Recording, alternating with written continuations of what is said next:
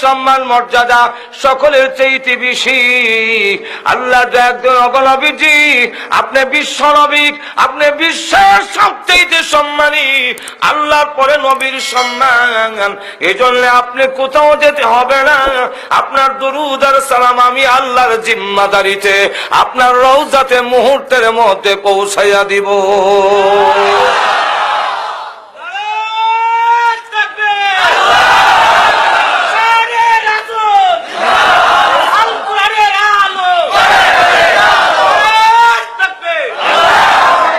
আম্মার ইবনে ইয়াসির থেকে বর্ণিত হাদিস আছে এবং রসুলের কথা, এটা তো আমার কথা না, আমার কইলেন না, আপনার ভোট থেকে কইলেন কেন? হাদিস শরীফের মধ্যে আসছে, মান সাল্লা আলাইয়া ইনদা কবরি সামিতুহু, যেই ব্যক্তি আমার রওজার পাশে এসে সালাম দিবে, কোন মাধ্যম লাগে না, আমি নিজ কানে তার সালাম শুনি। ওয়ামান সাল্লা আলাইয়া নাইবান আই গায়িবান ওয়াক্কালাল্লাহু তাআলা মালাকান, আল্লাহর রাসূল বলেন, যেই ব্যক্তি গোপন থেকে অদৃশ্য অবস্থায় দূর থেকে আমার প্রতি দুরূদ পড়বে, ওয়াক্কালাল্লাহু তাআলা মালাকান, আল্লাহ একজন ফেরেশতা নিযুক্ত করে রেখে দিয়েছেন, ওই ফেরেশতার সঙ্গে সঙ্গে আমার রওজাতে সালাম দুরূদ পৌঁছে দেয়। গেল এক। দুই নম্বর হলো, আপনারা বলতে পারেন রু মুবারক আসে, রসুল মদিনার থেকে রু যদি কেন এসে পড়ে, আপনারা কি হায়াতুন নবী রসুলকে মানেন না? আমরা বিশ্বাস করি রসুল রওজাতে জিন্দা, এটা আমাদের আকীদা, এটা আমাদের বিশ্বাস, দেওবন্দি উলামায়ে কেরামের বিশ্বাস। রসুল রওজাতে জিন্দা আছেন, শুধু তাই না, রসুলের রওজা শরীফের মাটির মর্যাদা আমরা আল্লাহর নূরের তৈরি আরশের চাইতে কোটি কোটি গুণ বেশি মর্যাদা বিশ্বাস। রসুল সশরীরে জিন্দা আছেন, অসংখ্য ঘটনা, ওইদিকে আমি যাবো না, গেলে আমার রাত শেষ হয়ে যাবে। এইখানে আল্লাহর নবী রওজাতে জিন্দা আছেন, সমস্ত নবীরই জিন্দা আছেন, কিন্তু সব নবীর হায়াতুন নবী না, আমাদের নবী হায়াতুন নবী। অসুবিধা হইতেছে আপনারা? বলবো বুখারী শরীফ বিশ্বাস করেন তো? আর এরকম বুখারী শরীফের একটি অধ্যায়ের নাম হইল বাবু হায়াতিন নবী সাল্লাল্লাহু আলাইহি ওয়াসাল্লাম, এই হলো তার অধ্যায়। এখানে ইমাম বুখারী হাদিস আনছেন, ওয়া হুয়া ফি কবরিহি হাইয়ুন, রাসূল রওজাতে জিন্দা, হাই জিন্দা।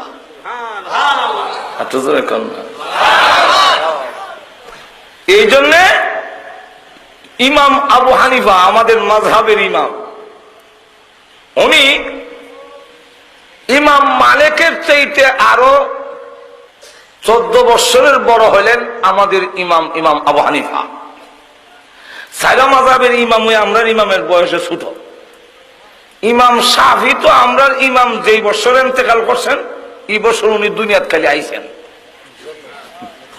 আবু হানিফা রাহমাতুল্লাহ আলাইহি নবীর একজন আশিক, উনি গেলেন মদিনায়, 8 দিন থাকতে হয়, 40 ওয়াক্ত নামাজ পড়ন লাগে। উনি 8 দিন থেকে ইমাম মালিক রাহমাতুল্লাহ আলাইহি বাড়ি হইল মদিনায়। ওনার বলেন, ভাই এবার আমি ইরাক চলে যাই।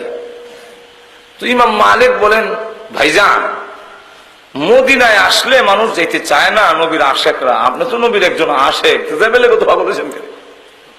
উনি বলেন, দেখো আমি তো মানুষ, আর কত সহ্য করব? কি হয়েছে বলে, আজকে 8 দিন ধরে আমার পেশাব পায়খানা আমি করি না, শুধু পানি দেওয়া চুটটা জিব্বাটা ভিজাইয়া জানটা রক্ষা করি, খাই না, খাওয়ানো খাই না। বলে কেন? বলে পেশাবে ধরবো। পেশাবে ধরলে অসুবিধা কি? মদিনার টয়লেট পেশাব করা নাই? বলে আছে, আমি পেশাব করতে সাহস করতাম পারি। বলে কেন? বলে যেই মদিনার মাটির নিচে বিশ্বনবী জিন্দা শায়িত, আর আমি সেই মদিনার উপরে পেশাব করব, আমার সাহস হয় না। দূরে যাই পেশাব করার জন্য। এখন পর্যন্ত যারা মদিনা গেছেন তারা জানেন, মদিনার টয়লেট এখনো কিন্তু আন্ডারগ্রাউন্ডে, নিচে যাওয়া লাগে। সমান জমিন হেসাবখানা নাই। ঘুমাই গেছেন না খেয়াল দেখছেন তো আপনারা যারা গেছেন সিঁড়িতে নিচে যাওয়ার লাগে, নিচে নিচে গাতার গাতার গিয়ে হেসাব করার লাগে। নবীর রোজার থেকে অনেক নিচে নেন না, কথা বুঝেন না। এখন লক্ষ্য করে দেখেন, উনি বলেন আমি অনেক দূরে যাই পেশাব করার জন্য, কিন্তু করতে পারি না। যেই মাত্র পেশাব করতে বসি এমনি আমি যেন শুনতেছি কাম করে ভেতর থেকে আওয়াজ আসে, হে ইমাম আবু হানিফা, তুমি যে আমার গায়ে পেশাব করবে, আমি কোন কাঙ্কর চিননি? আমি ওই কাঙ্কর, যেই কাঙ্কর আল্লাহর নবীর কদম মোবারক চুম্বন করেছি। ইমাম আবু হানিফা রাহমাতুল্লাহ আলাইহি বলেন, যেই কাঙ্কর আল্লাহর নবীর কদম চুম্বন করেছে, এই পাথর আমি আবু হানিফার চাইতে কোটি কোটি গুণ বেশি দামি। আমি এই কাঙ্করে কেমনে পেশাব করি, এই জন্য 8 দিন অতিবাহিত হয়েছে, আমি এর ভিতরে একদিনও পেশাব পায়খানা করি নাই। তারা ছিলেন আশিকে আল্লাহ নবী। তো হায়াতুন নবী মানেন তো? সব নবীরাই জিন্দা, সব নবীরা। তা আমাদের সব নবী হায়াতুন নবী না, আমাদের নবীর টাইটেল হায়াতুন নবী। এটার অর্থ কি? এটা অর্থ বুঝতে হইলে আপনারা এখানে যারা আছেন, আপনারা জিন্দা না মুর্দা? আর যে ঘুমাই দিছে মুর্দা, জানাজা হল নেব? যে ঘুমাই দিছে হে জিন্দা না? না ঘুমাই দিছে জানাজা হয়ে নেবেন? যিনি ঘুমাইছেন উনিও জিন্দা, আর আপনারা যারা বসা আছেন আপনারাও। এবার বলুন তো দেখি, ঘুমের জিন্দা আর জাগ্রত জিন্দা এই দুই জান্দার মধ্যে কোনো বেশ কম আসেনি? কি বেশ কম? ঘুমের মরা যিনি, উনার নাকের মধ্যে যদি পায়খানা লাগাই দেন তো কোথায় বলতে পারে? কিন্তু আপনাদের এখানে পায়খানা লাগতো না, দূরে থাকলেও না এখন ঠিক কিনা? ঘুমার যে জিন্দা, তার গলার মধ্যে চুরি যদি লাগাই দেন, লাইট গ্যাস আনলে কইতো, এর আগে যদি বলেন লাগাই দিলাম লাগাই দিলাম লাগাই, বুঝবে? তাহলে চোখ আছে দেখে না, নাক আছে গ্রান নিতে না, কান আছে সামান্য আওয়াজ শুনে না, যেরকম ঠিক কিনা? হাত লড়ে কিন্তু দরতারে না, যেরকম ঠিক কিনা? আর আপনি দেখতেছেন, গ্রান নিতে পারতেছেন, শুনতেছেন, এই বেশ কম কেন? বেশ কম হওয়ার কারণ হল সূরা জুমরের মধ্যে আল্লাহ বলেন, তোমরা যখন ঘুমাও তখন তোমাদের রূহ দেহে থাকে না, আমার কাছে চলে আসে। আমি যারটা ফেরত দেই হ্যাঁ আবার উঠে, আর যাকে আটকায়া দেই হে ঘুমের মধ্যে মারা যায়। তাহলে আমাদের আর ঘুমের জিন্দার মধ্যে বেশ কমটা হওয়ার কারণ হইল, যারা এখন জাগ্রত, আপনার রূহ আপনার দেহের ভিতরে, এটা কোথাও গেছে না, এখন আপনার দেহ আছে। আর যিনি ঘুমাইছেন উনার দেহ আছে আপনার মিরপুর, রূহ গেছে আল্লাহর কাছে। এই বেশ কম হওয়ার কারণে ইমন বেশ কম। সমস্ত নবীরা হলেন ঘুমের মতো জিন্দা, আর আমাদের নবী হলেন জাগ্রত মানুষের মতো জিন্দা। এই জিন্দা কেন? নবীর রূহ মুবারক ইন্তেকালের পরে আবার দেহ মুবারক লাগাই দেওয়া হয়েছে, এটা আর কখনো বের হয় না। বের হয়ে যদি মিরপুর এসে যায় তাহলে রূহ মুবারক থাকবে মিরপুর, দেহ মুবারক থাকবে মদিনায়। তো এত দূর থেকে যুগসূত্র থাকলেও ঘুমন্তের মতো জিন্দা হয়ে যাবে, হায়াতুন নবীর দাগ লেগে যাবে। এই কারণে হায়াতুল নবী যারা বিশ্বাস করে, তারা নবীর রূহ মুবারক সারা দুনিয়াতে হারায় না, তামাম দুনিয়াতে আনে না। নবীর রূহ মুবারক, দেহ মুবারক একবারে হিট করে দেওয়া, 24 ঘন্টার ভিতরে একটা সেকেন্ডের জন্য নবীজির দেহ মুবারক থেকে রূহ মুবারক আলাদা হয় না। এর নাম হইল হায়াতুন হায়াতুন নবী। তো আমাদের নবী হায়াতুন নবী, এটা আমরা বিশ্বাস করি, যেরকম ঠিক কিনা? নবীর প্রতি দুরূদ পড়লে নবী খুশি হন, যেরকম ঠিক না? আপনাদের অসুবিধা হইতেছে? তাহলে এখন আসুন, আমি যে কথাটা বলতে চাইছিলাম যে আল্লাহ যুগে যুগে যত নবী পাঠিয়েছেন এর মধ্যে আমাদের নবী হলেন সর্বশ্রেষ্ঠ এবং সর্বশেষ, যখন সর্বশ্রেষ্ঠ সর্বশেষ। তো আমাদের নবীকে আল্লাহ রাব্বুল আলামিন যখন পাঠাইলেন দুনিয়াতে, তখন এমন একটি যুগে এমন একটি সময় পাঠাইলেন। তো আমি বলতেছিলাম পাঠানেওয়ালা আর যাকে পাঠাইছেন দুইজন এক সমান নয়। তাহলে আল্লাহ পাঠানেওয়ালা আর রসুলকে পাঠাইছেন, এই দুইজনে এক সমান গেল এক। 2 নম্বর হইল পাঠাইছেন কথার দ্বারাই বোঝা যায় যিনাকে পাঠাইছেন উনি উনার কাজে আইসে না, যিনি পাঠাইছেন উনার কাজে আইসে।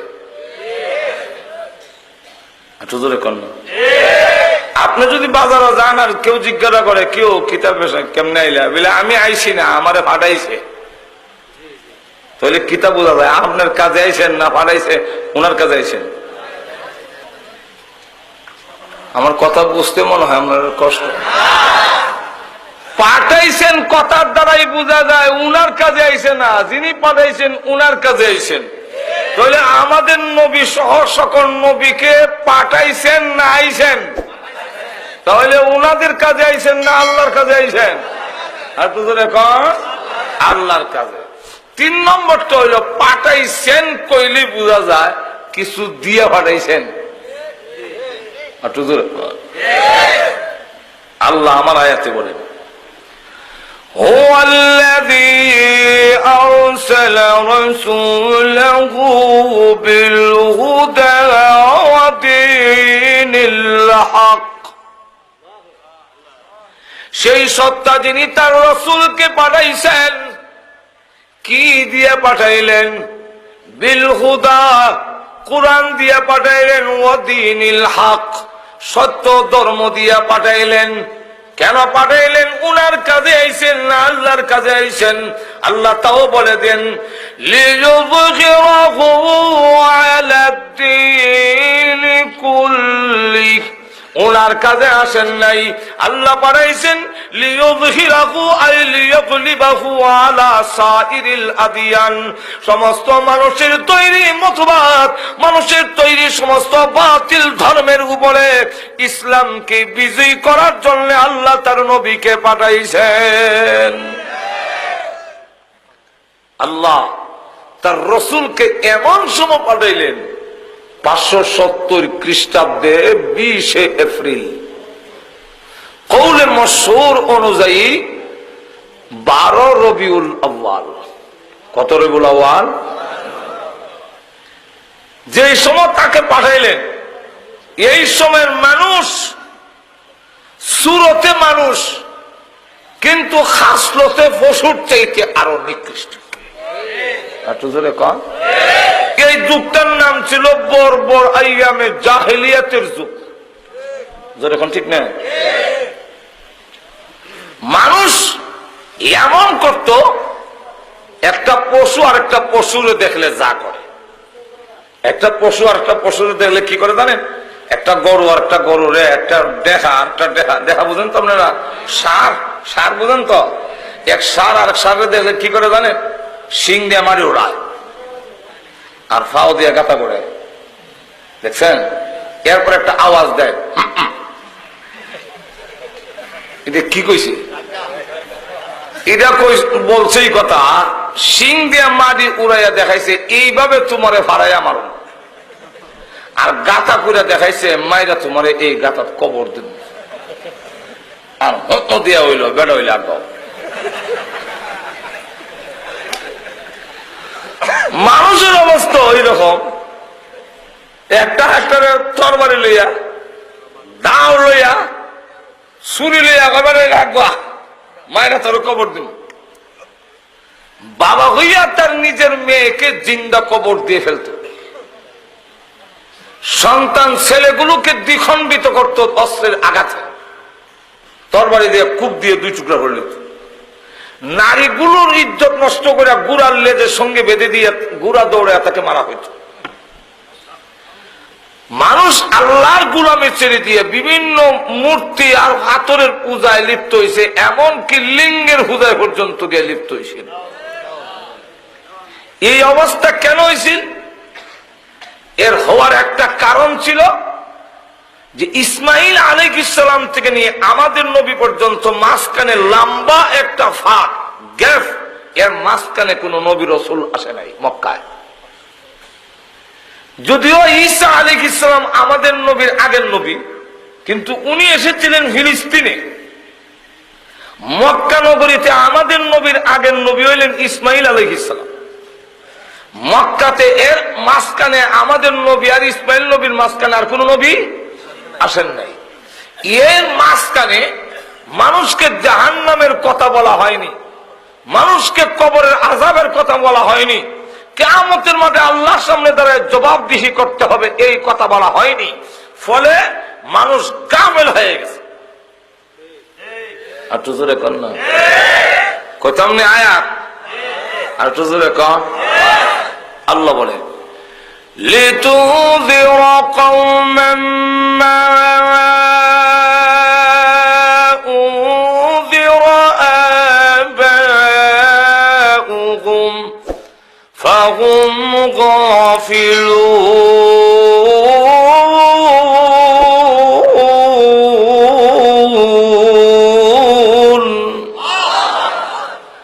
আল্লাহ বলেন, হে রাসূল, এমন একটি জাতিকে ভয় প্রদর্শন করার জন্য জাহান্নামের ডর দেখাবেন লেগে আপনারে পাঠাইছি, যাদের বাপ দাদা 14 গোষ্ঠীরও ডর দেখাইছে না। মা উনজিরা আবাউহুম, এর বাপ দাদা 14 গোষ্ঠীরে ডর দেখায়নি, হয়নি। ফলে ফাহুম গাফিলুন, গাফিল হয়ে গেছে। তাহলে বোঝা যায় জাহান্নামের ওয়াজ যদি বন্ধ হয়ে যায়, জাহান্নামের আলোচনা যদি না থাকে, দুনিয়ার যত বড় ডিগ্রি লাভ করো, মানুষ গাফেল হয়ে যায়, মানুষ আর মানুষ থাকে না, মানুষের চরিত্রের পরিবর্তন হয় না। জাহান্নামের ওয়াজের মাধ্যমে একটি জাতির চরিত্রের পরিবর্তন হতে পারে, আর না হয় আর্মি বিডিআর রেপ দিয়ে পিঠায়ও মানুষের চরিত্রের পরিবর্তন ঘটানো সম্ভব নয়। আমরা যে নামাজ পড়ি, না পড়লে কি তা পুলিশে ধরে গ্রেফতার করবো, ধরে জেল নিব? নামাজ পড়েন তো না বিলে? নামাজ পড়েন আপনারা? ঠান্ডা আইলে ছেড়ে দেন, শীতের মধ্যে এরপরও তো উঠতে যান নামাজ, যান না? আর আল্লাহর ডর বই যদি না থাকে, পুলিশ দিয়ে পিটাইও নামাজ পড়ানো সম্ভব না। সৌদি আরব নামাজ না পড়লে পুলিশে মারে, কিন্তু হের ভিতরে আল্লাহর ডর নাই। যেই মাত্র দেখছে পুলিশ এসেছে, এমনি কে রুজু আর টুজু দৌড় ডাকি, খালি আল্লাহু আকবার, হ্যাঁ খালি আনিয়ত বান্ধে খালি চোখ ঘুরাইয়া দেখে পুলিশ কই আছে। যেরকম ঠিক কিনা? প্রচন্ড শীতের মধ্যে মাদ্রাসা ছাত্ররা কইলাম যে নামাজ যদি গাফলতি করস, কুয়াশাও খুব শীত, 50 টাকা করে বেদ দেব, তো এরা তখনও জাহান্নামের ডর ফুরাইছে না। নামাজ পড়ে আইবার সময় দেখি পাশের রুমের মধ্যে কাতকামুজি চলে উনা যায়, কাতকামুজি চলে, কাতকামুজি চলে, আল্লাহু আকবার, আল্লাহু আকবার, লা ইলাহা ইল্লাল্লাহ, আল্লাহু আকবার, আলহামদুলিল্লাহি রাব্বিল আলামিন। তখন ভাবলাম মনে হয় একদলে জমাত হয়েছে না, এরা আলাদা জমাত করতেছে। যাক, 50টা বেদ থেকে বেঁচে গেল। আচ্ছা দেখি তো কজন বেড়ার ভাগ দিয়েছে, দেখি কে জমা, হ্যাঁ নিজে লেবার তোলে দেখে খাতকামুজি সালা, খাতকামুজি সালা। ওই 50টা বেদকে ফাঁকি দিবার লেগে হ্যাঁ কাতকামুজি সাল লাগাই দিছে।